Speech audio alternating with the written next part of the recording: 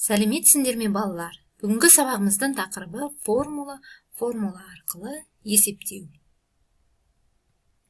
Сабағымыздың мақсаттары: периметрді, ауданды, жолды, көлемді және заттың құнын табу, формулаларын білу.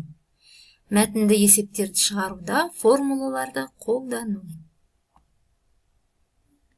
Бірінші периметрді қарастырайық. Жалпы периметр ол жазықтықтағы геометриялық фигуралардың барлық қабырғаларының қосындысына тең. Бізге ұзындығы А-ға, ені Б-ға тең тік төртбұрыш берілсін. Тік төртбұрыштың қарсы жатқан қабырғалары тең болғандықтан, периметрін табу үшін біз ұзындығына енін қосып 2-ге көбейтеміз. Яғни P тең 2 көбейту жақшы ішінде А қосылған Б. Яғни тік төртбұрыштың периметрі оның ұзындығы мен енінің 2 еселенген қосындысына тең. Тік төртбұрыштың барлық қабырғалары тең болған жағдайда шаршы пайда болады. Қабырғасының ұзындығы А-ға тең шаршыны қарастырайық. Бұл шаршының периметрі барлық қабырғаларының қосындысына тең. Яғни біз бұл жерде А-ны өз-өзіне 4 рет қосамыз. А-ны өз-өзіне 4 рет қоссақ, 4А болады. Яғни формуласы P тең 4 көбейтілген А. Шаршының периметрі оның қабырғасының ұзындығын 4-ке көбейткенге тең. Аудан. Қабырғасының ұзындығы А-ға, ені Б-ға тең тік төртбұрыш берілсін. Тік төртбұрыштың ауданы оның ұзындығы мен енінің көбейтіндісіне тең. Яғни формуласы S тең А көбейту Б. Қабырғасы А-ға тең шаршының ауданын қарастырайық. Яғни осы формула бойынша бізде ұзындығы да ені де А-ға тең болады. S тең А көбейту А, немесе А квадрат. Яғни формуласы S тең А-ның квадраты. Яғни шаршының ауданы оның қабырғасының квадратына тең. Келесі жолдың формуласы.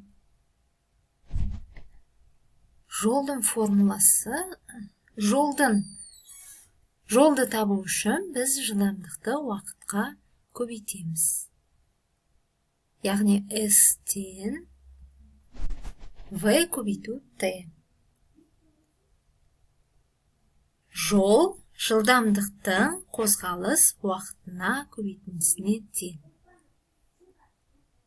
Мұндағы жаңағы S бұл жол, V жылдамдық, ал T қозғалыс уақыты. Осы жолдың формуласының көмегімен біз жылдамдықты және уақытты таба аламыз. Яғни белгісіз көбейткішті табу үшін біз көбейтіндіні белгілі көбейткішке бөлеміз. V тең S бөлінген T. Тура сол сияқты T-ны тапсақ T тең S бөлінген V. Яғни біз жол мен уақыттың көмегімен жылдамдықты, жол мен жылдамдықтың көмегімен уақытты таба аламыз. Заттың құнының формуласы. Заттың құны оның бағасын заттың санына көбейткенге тең.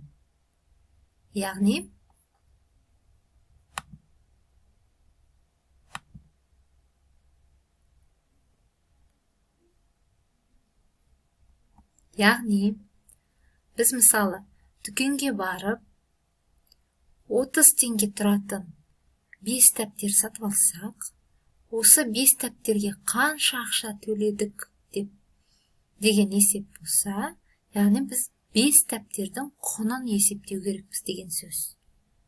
Бұл жерде А заттың бағасы, дәптердің бағасы 30 теңге. N заттың саны 5-ке тең. Яғни біз 30-ды 5-ке көбейту арқылы біз 5 дәптерге төленетін ақшаның, яғни 5 дәптердің құнының ақшасын есептей аламыз.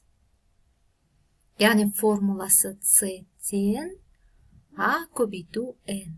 Мұндағы С заттың құны, А заттың бағасы, N алынған заттың саны.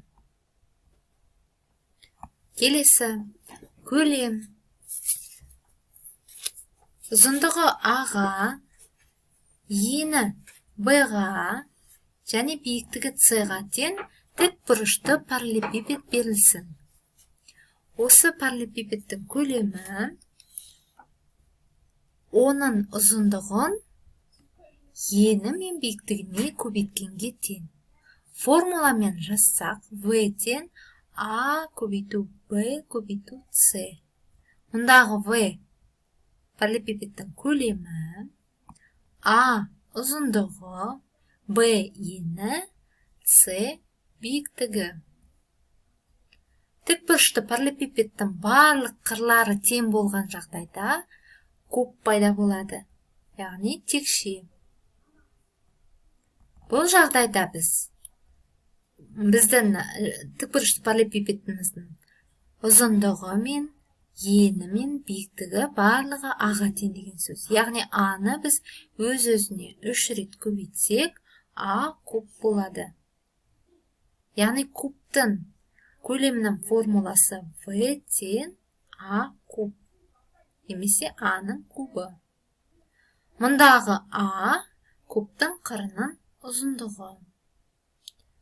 Кубтың көлемі оның қырының кубына тең. Сонымен балалар, бүгінгі сабақта қарастыратын формулаларымыз осы. Осы формулаларды жаттап келеміз. Осы формулаларды есепте қалай пайдаланамыз, соны мына мысалдар арқылы қарастырайық.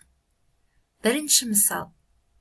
Ұзындығы 15 метр, ауданы 150 метр квадрат, тік төртбұрыш пішінді жер теліміне қоршау қойылды.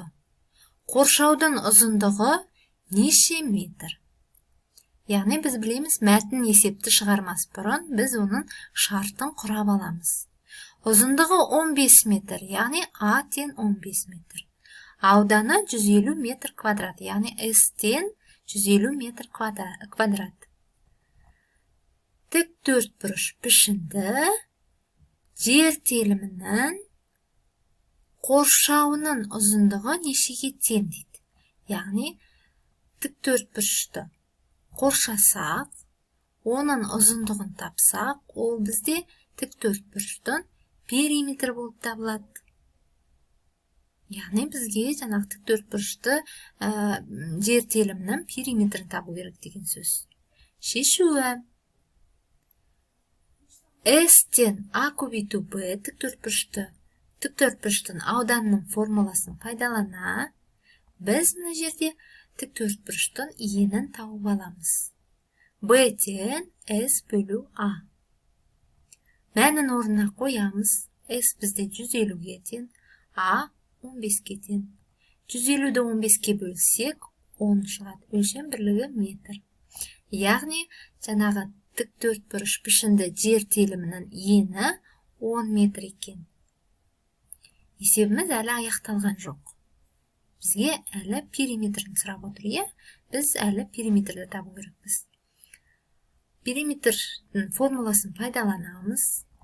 Бізде периметр тең 2 көбейтілген жақшашында А мен Б-ның қосындысына. А-ның орнына мәнін қоямыз 15-ті. Б-ның орнына жаңағы тапқан мәнімізді қоямыз 10-ды. 15-ке 10-ды қоссақ 25, 25-ті 2-ке көбейтсек 50 метр. Яғни, біздің қоршауымыздың ұзындығы 50 метр. Келесі есеп.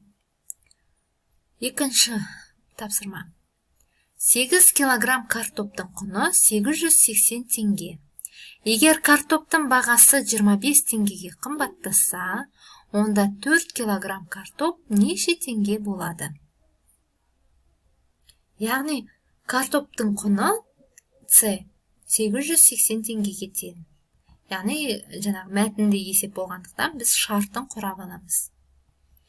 С тең 880 теңге. Заттың саны, яғни біздің жағдайда картоптың салмағы болады, е? Заттың саны 8-ге тең. Енді осы картоптың бағасы қымбаттағаннан кейінгі жаңағы бағасы. Бастапқы бағасы бізде А болса, қымбаттағаннан кейінгі бағаны А1 деп белгілеп отырмыз. Ол бізде А қосылған 25-ге тең. Қымбаттағаннан кейінгі заттың саны, яғни салмағы бізде 4 килограмм. Осы қымбаттағаннан кейінгі заттың құнын табу керек, С1-ді табу керек. Шешуі. Заттың құнының формуласын пайдаланамыз. С тең А көбейту N. Осы жерден біз заттың бағасын тауып аламыз, А-ны. А тең С бөлу N. Орнына мәндерін қоямыз. С-міз 880-ге тең, N-іміз 8-ге тең. 880-ді 8-ге бөлсек 110 теңге. Қымбаттағаннан кейінгі бағаны есептесек, А1 тең 110 қосылған 25 теңге. Яғни қымбаттаса біз не істейміз? Қосамыз. Тең болады 135 теңге. Қымбаттағаннан кейінгі заттың құнын табайық. Яғни қымбаттағаннан кейінгі картоптың бағасын көбейтеміз 4-ке. 135-ті 4-ке көбейтсек 540 шығады. Жауабы 4 килограмм картоп 540 теңге болады. Яғни балалар, есеп шығару барысында біз бағана қарастырған формулаларды осылай қолданады екенбіз. Енді осы алған білімдеріңді тапсырма орындауда пайдаланасыңдар. Өзіндік тапсырмалар.